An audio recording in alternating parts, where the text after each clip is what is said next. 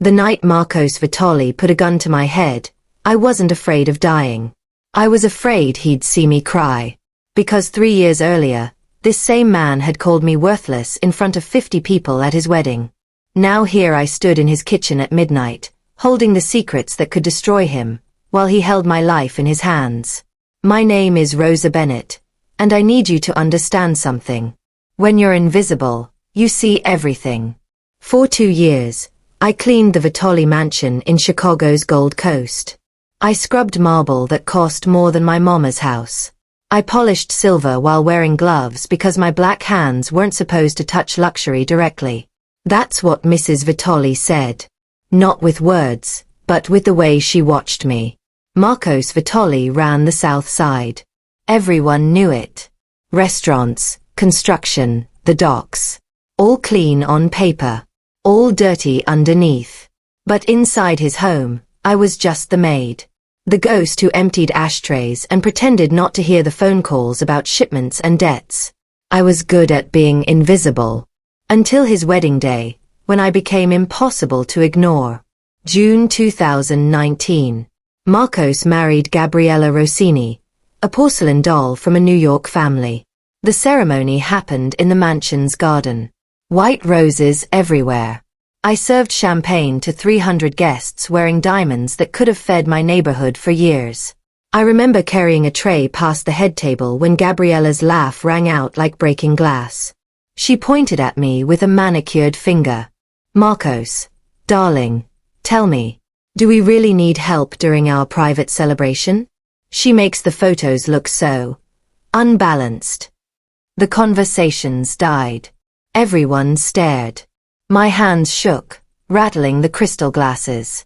Marcos looked at me. Really looked, for the first time in 2 years. His dark eyes were cold, measuring. Then he smiled at his bride. You're right, my love. Rosa, you're dismissed. Permanently. Just like that. 2 years erased. I set down the tray and walked away while they laughed. I should have stayed away. Found another job, another family to be invisible for. But 3 months later, my brother Samuel got involved with the wrong people. He owed money to a loan shark who worked for the Vitoles. $15,000. Money we'd never see in our lives. They came to Mama's house on a Tuesday. 2 men in black suits who smiled like wolves. They explained what happens to people who don't pay. Broken bones first. Then worse. Samuel had 1 week. I knew only one person with that kind of power. So I went back to the mansion I'd been thrown out of. I rang the service bell like I still belonged there. When Marcos opened the door himself, surprised, I didn't let myself shake. I need to talk to you, I said. About my brother's debt. He should have slammed the door. Instead, he let me in. We sat in his study. Dark wood, leather chairs, paintings of dead men watching us. Marcos poured himself whiskey. He didn't offer me any. That's how I knew I was still just the maid to him. Your brother's debt isn't my problem, he said simply. I don't handle collections personally. But you could stop it, I pressed. 1 word from you.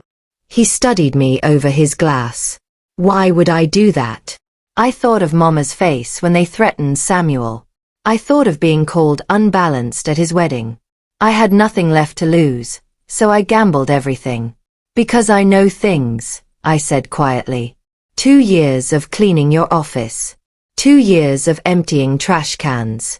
I know about the modified shipping containers. The routes through Gary, Indiana. The cash in the false walls. The temperature in the room dropped. Marcos set down his glass very carefully. Are you threatening me, Rosa? His voice was soft. Dangerous. I'm offering a trade, I said, forcing steadiness into my words. I forget everything I saw. You forgive Samuel's debt. We both walk away clean. Marcos stood up slowly. He walked around the desk. He was tall, broad-shouldered, and suddenly the room felt very small. He stopped close enough that I could smell his cologne. Expensive. Suffocating.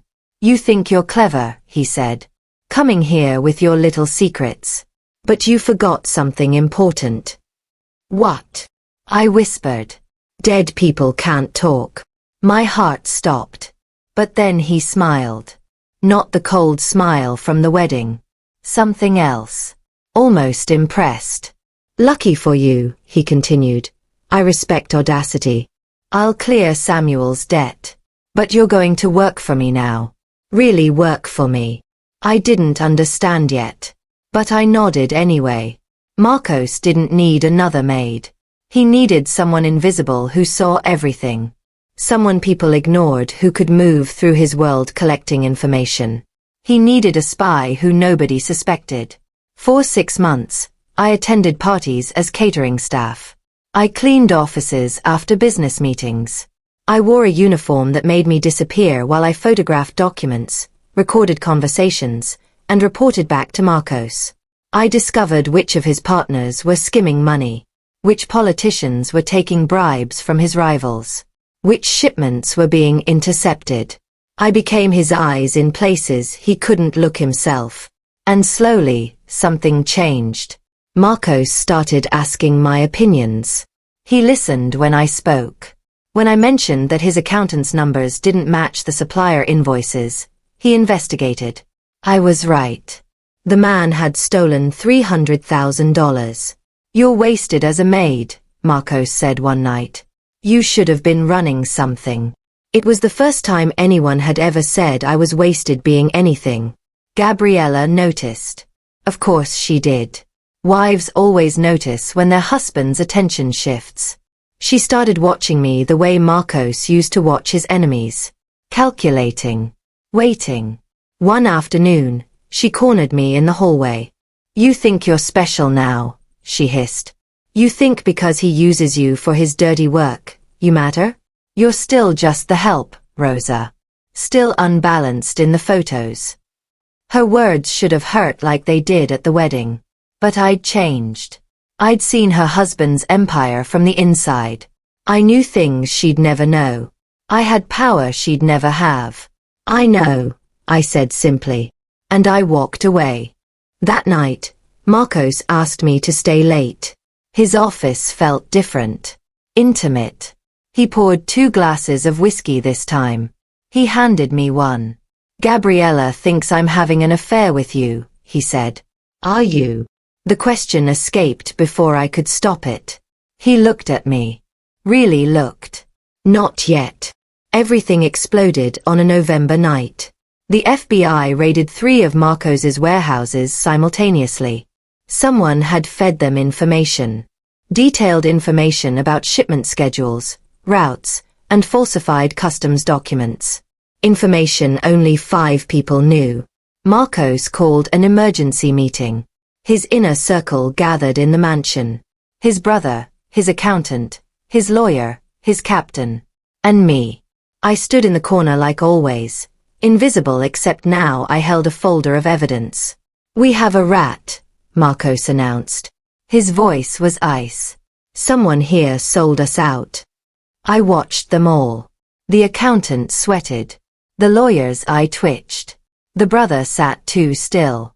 The captain's hand kept moving toward his jacket. But I'd already found the truth in the phone records I'd pulled. It's Gabriella, I said quietly. Every head turned. Marcos stared at me. I handed him the folder. She's been feeding information to the Rossini family in New York. Her father wants your territory. The silence was deafening. Then Marcos opened the folder. Inside were phone logs, emails, photographs. Gabriella meeting with FBI agents. Gabriella on calls with her father. Gabriella photographing documents in Marcos's study. His face didn't change. But his hands gripped the folder so hard it crumpled. Where is she? He asked. Upstairs. Packing. She planned to leave tonight. Marcos stood. He pulled a gun from his desk drawer. He looked at his men. Stay here. Then he looked at me. You come.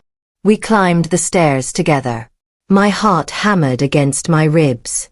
When we reached the bedroom, Gabriella was stuffing jewelry into a suitcase. She looked up, saw the gun, and her perfect face finally cracked. Marcos, please. I can explain. You made me look like a fool, he said softly. You used our marriage to destroy me. Then he turned to me, handed me the gun. You found her. You decide. I held the gun. It was heavier than I expected. Gabriella dropped to her knees, begging. This woman who'd called me worthless, who'd humiliated me, who'd laughed while her husband threw me away. I could have pulled the trigger. Part of me wanted to. But I thought of Mama. I thought of who I was before all of this. I thought of the line I hadn't crossed yet. I lowered the gun. Let the FBI have her, I said to Marcos. She gave them information. Let her face what she created. Marcos studied me for a long moment. Then he nodded. Get out, Gabriella. She ran. Within a week, she was in federal custody, testifying against her own family to save herself. Marcos and I stood in his study that night. You could have killed her, he said. I'm not you, I replied. He smiled. Genuine this time. No. You're better. He took my hand. I was wrong about you, Rosa. From the very beginning. The maid who was invisible became the woman who saw everything. And the man who threw me away learned what he'd almost lost.